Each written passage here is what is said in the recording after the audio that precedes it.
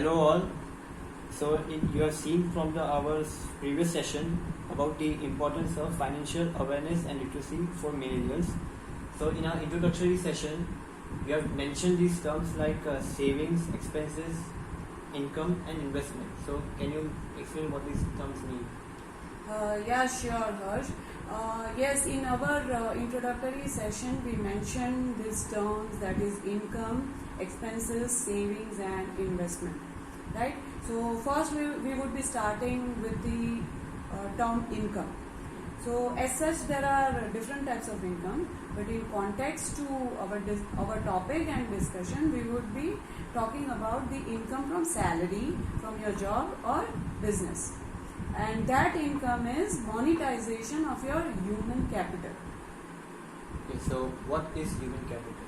Yeah, human capital is the skill, knowledge and the competences which you have acquired and developed so far in your life is called the human capital. Okay, so you mentioned the term monetization. What is that? Monetization in very simple words means converting something into money. So here in our topic, you are converting your human capital into income. So that is, you are converting your skills, your knowledge, your competences into income when you go on a job or when you do a business. Right, so higher the skill, knowledge and competencies you have, higher your income is. So you mentioned earlier about savings. So what does it mean?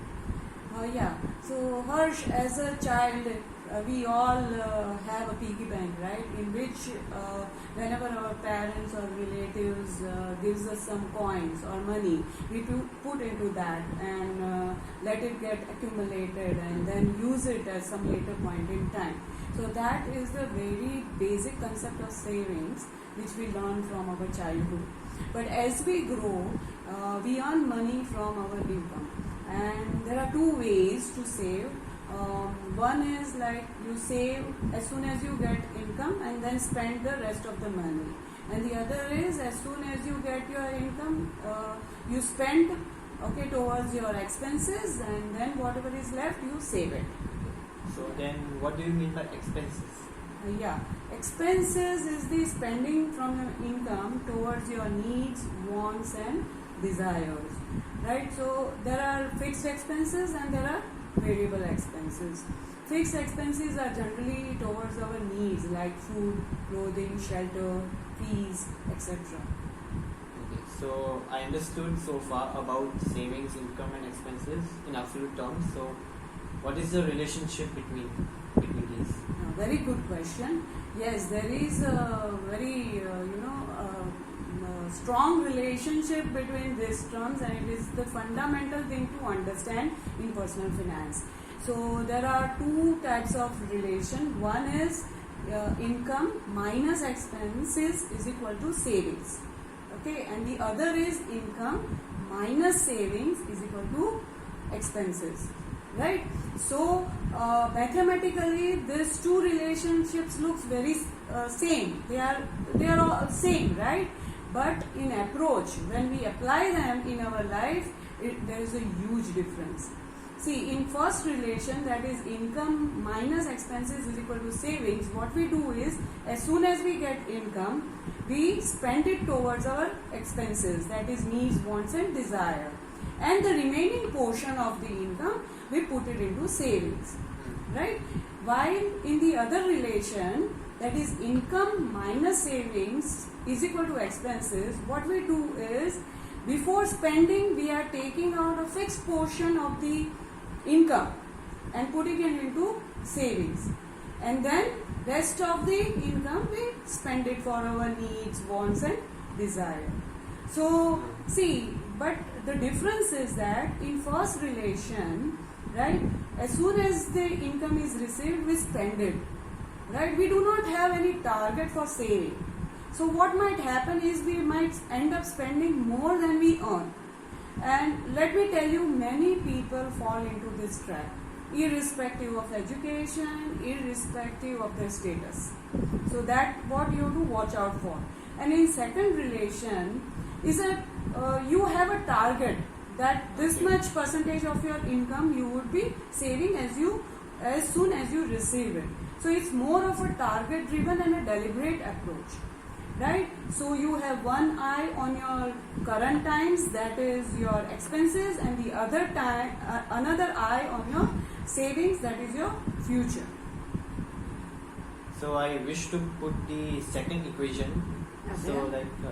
how can I maintain my savings, and how should I set up a target? Yeah. So first thing, very important thing is to know the range of the target. Generally, what the savings target should be. So ideally, it should be anywhere between 15 to 30%.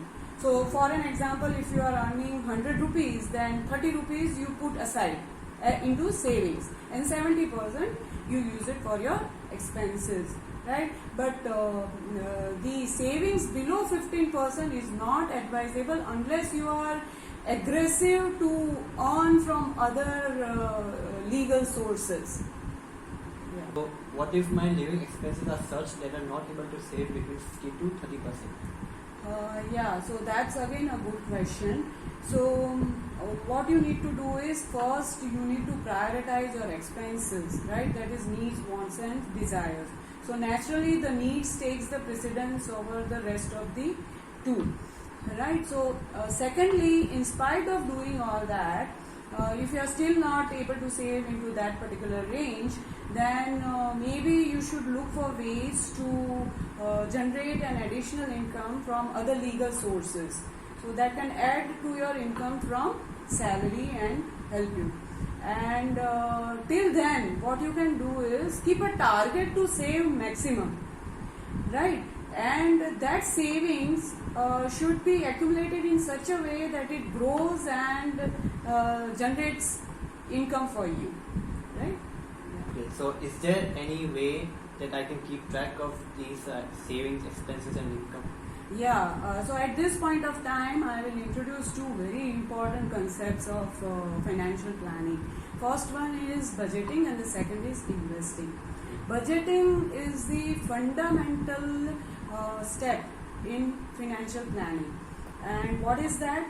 Budget is a plan in which you plan out or you plot your current income, future income, your current expenses and future expenses, your current savings and future savings, right? So how it helps? It helps you to track from where the money is coming, where the money is going, when it is coming and for what it is going.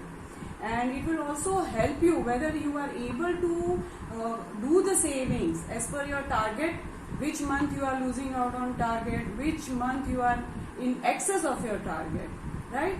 It will even help you plan out some of the emergency expenses, because we know that there is a lot of unpredictability in life. At the end, we cannot plan out everything, right? Such as the corona crisis. So if we have a plan in front of us, if we have a budget in front of us for any emergency expenses like health related expenses, we know from where the money we can take out the money and then allocate it to the emergency expenses. So this way budgeting helps. And the second is the investment. Investment is the crux of the financial planning, and it is a wide topic, and for both of this topic we would be taking different sessions because they are very important to understand for you as you start your financial planning for your life, right? I hope this session was very useful to all of you, and thank you very much.